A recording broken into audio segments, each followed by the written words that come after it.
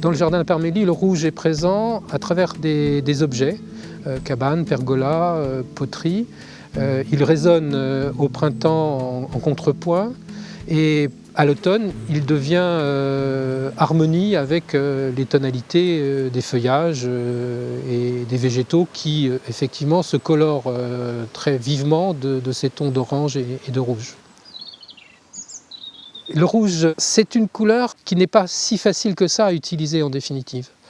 Donc il faut y aller par petites touches pour que ça ait du sens. Parce que c'est vraiment une couleur voyante, si on en met trop. Là, c'est vraiment un jeu de toutes petites touches, comme une touche dans un tableau de rouge, qui va attirer le regard, qui va faire qu'on va poser le regard, l'œil sur cet élément rouge, et ensuite on va se promener à partir de ce point-là pour découvrir ce qui se passe autour. Ce qui permet dans la promenade de découvrir, de renforcer des éléments de découverte. Effectivement, le rouge est une des couleurs symboliques fortes du Japon. J'ai pas mal d'objets, de sculptures aussi qui sont japonaises orientales. Donc c'était presque logique que ça joue ensemble et que ça se réponde. Ce rouge, il est aussi lié à une couleur qui est très présente dans notre architecture rurale, traditionnelle, ancienne. Donc je l'ai repris aussi peut-être par rapport à ça. C'est une couleur qui suffit à elle-même dans ce jeu de contrepoint.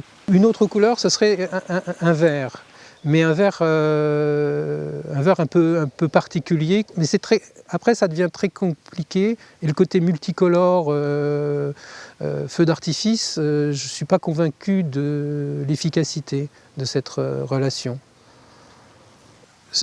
Le rouge dans le jardin, ce sont vraiment des toutes petites notes légères qui doivent, comme dans certains tableaux hollandais, accrocher le regard.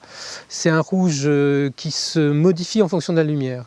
Il devient beaucoup plus sanguin, beaucoup plus fort en tonalité lorsqu'il y a du soleil, et il tire un tout petit peu peut-être vers un sang un peu séché lorsqu'il y a un peu moins de lumière.